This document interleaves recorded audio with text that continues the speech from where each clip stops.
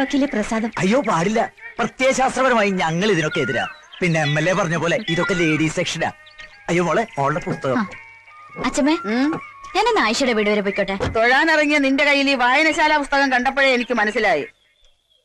അച്ഛമ്മക്കറിയാം നിനക്ക് മിണ്ടാനും പറയാനൊക്കെ ഒരു കൂട്ടായി ഈ ഞാൻ മാത്രമേ ഉള്ളൂന്ന്.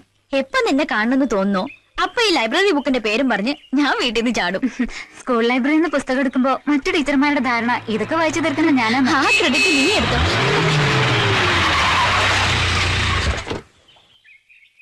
പെങ്ങളെ ഒരു 2 മിനിറ്റ്, എനിക്ക് ആ കുട്ടിയോട് പേഴ്സണലായിട്ട് ഒരു കാര്യം പറയാനുണ്ട്.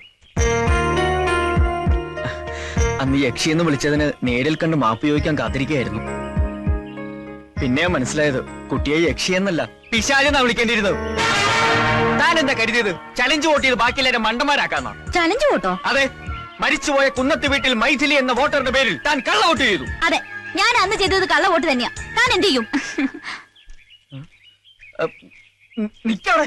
അതെ, നിയമത്തിന്റെ മുന്നിൽ താൻ കുറ്റക്കാരിയാ. അതിനുള്ള ശിക്ഷ തനിക്ക് വാങ്ങി തന്നിട്ട് എന്നെ ബാക്കി കാര്യം. എന്ത് ശിക്ഷയോ? ഹെഡോ മൃഗ ഡോക്ടറെ, ഈ നാടിനെ കുറിച്ച് തനിക്ക് എന്തറിയാം? നിയമം പറഞ്ഞോണ്ട് ഇനി ഇങ്ങോട്ട് വന്നാലുണ്ടല്ലോ, നിന്ന് ചലിക്കാൻ തന്റെ കഴുത്തിന് മുകളിൽ തല കാണില്ല. താൻ ആരോടോ, ഉണ്ണിയാർച്ചയോ അതോ പൂലൻ ദേവിയോ? ആണുങ്ങളോട് ചോടി സംസാരിക്കരുത്. തനിക്ക് ഞാൻ ആരാന്ന് കാണിച്ചു തരാം. മടി.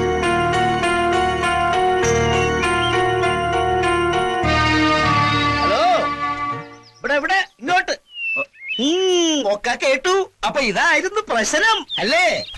ഈ കുട്ടിയാ അന്ന് മൈഥിലിയുടെ പേരിൽ കള്ളവോട്ട് ചെയ്തത്. മിടുക്കി.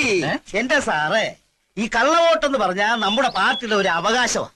കമ്പ്യൂട്ടർ അല്ല, ഇനി ഏത് യന്ത്രം വന്നാലും അത് അതിന്റെ വഴിക്കൊക്കെ നടക്കും. പിന്നെ ഇനി ആ കള്ളവോട്ടിന്റെ കാര്യം ചെവി അറിയണ്ട. ഇനി അതിന്റെ പേരിലൊരു തർക്കം ഉണ്ടായാൽ ആ കുട്ടിക്ക് വേണ്ടി എനിക്ക് ഏറ്റുകത്തി എടുക്കേണ്ടി വരും. ഞങ്ങൾക്ക് പാർട്ടി എന്ന് വെച്ചാ അത്രയ്ക്ക് ജീവനാസ. ഞാൻ എന്ത് തെറ്റാണ് ചെയ്തത്? നിങ്ങൾ പറ. ഇത്രയും കാലം നിങ്ങൾക്ക് വേണ്ടിയല്ലേ ഞാൻ ജീവിച്ചത്? 1 or 2 പ്രാവശ്യം കൈ അബദ്ധം പറ്റി 5 or 6 പേര് മരിച്ചു. എന്നിട്ട് ഞാൻ നിങ്ങളുടെ കൂടെ അല്ലേ? നിങ്ങൾക്ക് വേണ്ടി ആ ഡോക്ടറെ തുരത്താൻ പല തന്ത്രങ്ങളും ഞാൻ പ്രയോഗിച്ചു. ഫലവത്തായില്ല. പക്ഷെ എന്നെ സസ്പെൻഡ് ചെയ്ത് പകരം വീട്ടുന്ന സ്വപ്നത്തിൽ പോലും ഞാൻ വിചാരിച്ചില്ല. എന്തൊരു ചേർച്ച! ഇപ്പഴാ തിരിച്ചറിഞ്ഞത്. ഒരു വർഗബോധം ഉണ്ടായത്. നീ എന്താ ജാസിഗിത്തിന്റെ പാട്ട് പാടും? എന്താണ് ഇത്? ജാസിഗിത്തിന്റെ പാട്ടാ?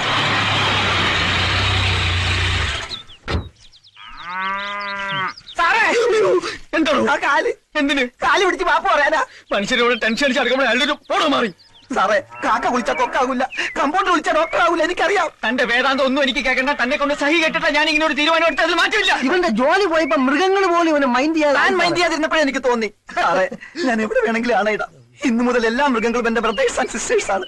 ഉത്തരവാദിത്ത ബോധമുള്ള നല്ലൊരു കമ്പൗണ്ടറെ ഞാൻ ജീവിച്ചോളാം. ഇത് സത്യം. ചന്ദ്രപ്പൻ അച്ഛനെ പിടിച്ച് സത്യം ചെയ്യുന്നുണ്ട്. എന്റെ അപ്പം മരിച്ചു പോയില്ലടാ. എന്തോ ഇതിനെ കുത്തിവെക്കാൻ കൊണ്ടുവന്നതാ. എന്റെ ഈ അമ്മണിക്കുട്ടി പ്രസവിക്കുന്നത് ഒരു ഓസ്ട്രേലിയൻ പശുക്കുഞ്ഞിനെ തന്നെ ആവണം. അത് നടക്കില്ല. എന്റെ കയ്യിലൊരു നാടൻ നിൽക്കുമ്പോ നിനക്ക് ഫോറും തന്നെ വേണമല്ലടി. രത്നമ്മയിൽ നിന്ന് ഞാൻ ഈ കരിങ്കാലത്തിൽ ഒരിക്കലും പ്രതീക്ഷിച്ചില്ല. നിനക്കറിയോ, അമ്മിണിക്കുട്ടി പുഷ്പിടിയാവുന്നത് കാത്ത് കണ്ണിൽ ആവണക്കെന്ന് വെച്ച് കാത്തിരിക്ക എന്റെ ഈ മുരിക്കുട്ടൻ. താനൊരു വികാര ജീവിയല്ലോ. തന്റെ പരിണിതമായ ആവശ്യത്തിന് ആരെങ്കിലും തടസ്സം സഹിക്കണോ? സഹിക്കോ? മാറിക്കണോ? തന്റെ ഈ ഓന്റെ കളെ കൊണ്ട് ഇപ്പൊ ഇവിടെ ഇറങ്ങിക്കോണം. ഇല്ലെങ്കിൽ തനിക്കെതിരെ എനിക്ക് നിയമ നടപടി എടുക്കേണ്ടി വരും. ഒരു മൃഗ സഹജീവിയുടെ വംശം നിലനിർത്താനുള്ള മൗലിക അവകാശ സംരക്ഷണത്തിന് വേണ്ടി ഞാൻ മനുഷ്യ കോടതി വരെ കയറും. സമരമുറയിലൂടെ ഞാൻ നേടിയെടുക്കും. മൃഗങ്ങളുടെ വംശം നിലനിർത്താനുള്ള ഡിസ്ക്വാളിഫൈ. നാടൻ കൊണ്ട് നാട് നന്നാക്കുക, വിദേശ ബീജത്തെ ഒറ്റപ്പെടുത്തുക, വിദേശ ബീജം ഇന്ത്യ. സുഹൃത്തുക്കളെ, മൃഗങ്ങളുടെ അവകാശത്തിന് വേണ്ടി മാത്രമല്ല, ഡോക്ടറായിരുന്ന പാവം സുശീലൻ എന്ന മൃഗപാലകനെ കമ്പൗണ്ടറാക്കി തരം താഴ്ത്തിയ ഈ കാടൻ നിയമത്തിനെതിരെയും ഞാൻ പ്രതികരിച്ചിരിക്കും. വേണ്ട വേണ്ട വേണ്ട, എനിക്ക് ഡോക്ടർ ആവണ്ട. എനിക്ക് കമ്പൗണ്ടർ ആയാൽ മതി. വേലുവേലിന്റെ വേല നോക്ക്. ഡോക്ടർ വാ, MLAയുടെ വീട് വരെ ഒന്ന് പോണം. ഞാൻ പറഞ്ഞ ഉണ്ടാക്കിയാ മതി. 13 SI ആയാലും CI ആയാലും നമ്മളെ പിള്ളേരെ തൊട്ടികൾക്ക് അവന്റെ സ്കൂളിൽ ഞാൻ പൂട്ടിയും. അപ്പൊ ഞങ്ങള് 1 മണിക്കൂറിനകം അവർ ലോക്കപ്പിൽ നിന്ന് ഇറങ്ങിയിരിക്കും. നിങ്ങൾ ചെല്ല്. 16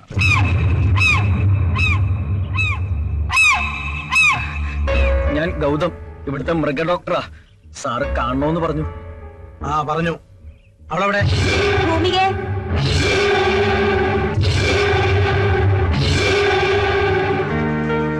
ചെറിയച്ചാ? ഇവിടുത്തെ മൃഗ ഡോക്ടറാ. പട്ടിക്ക് എന്ത് സൂയില്ലാന്ന് പറഞ്ഞില്ലേ? ആ. കാണിച്ചു കൊടുക്ക്. ആ. വട വയ്ക്കില്ലേ?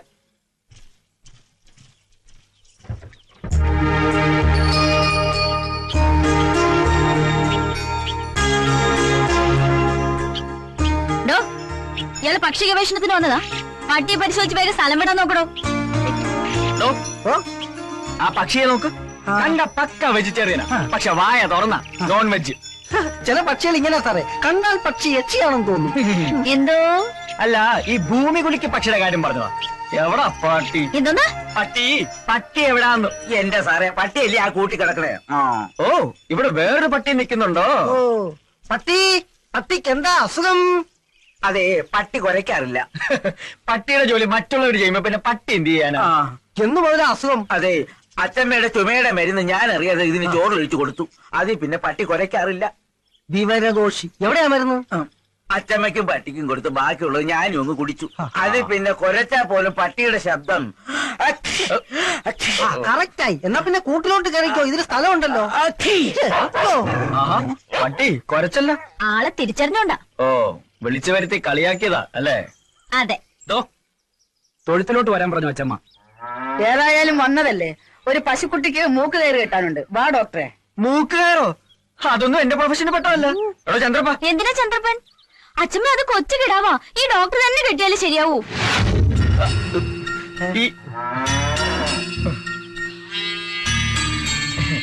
ഈ വെറ്റിനറി ഡോക്ടർ എന്ന് പറഞ്ഞാൽ ഗസറ്റഡ് റാങ്കാ. ഡോക്ടർ അല്ല, ഇനി കളക്ടർ ആയാലും കോറോത്ത് വീട്ടിൽ വന്നാൽ ചിലപ്പോ കറവക്കാരൻ വരെ ആകേണ്ടി വരും. പിടിക്കണോ?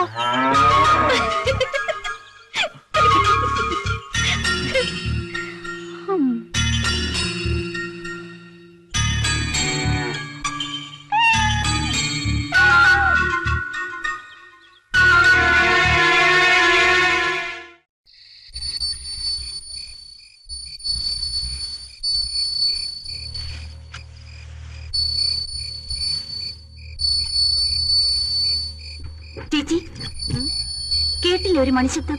ആ,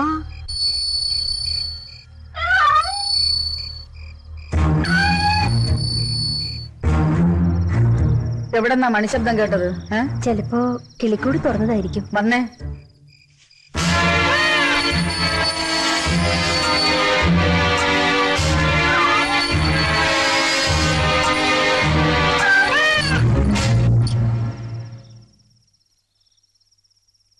മോള് കേട്ടോ ഒരു മണികിലുക്കം? മണികിളിക്കോ? ഞാൻ കേട്ടില്ലല്ലോ. അപ്പൊ എവിടുന്നാ അത്? വാ.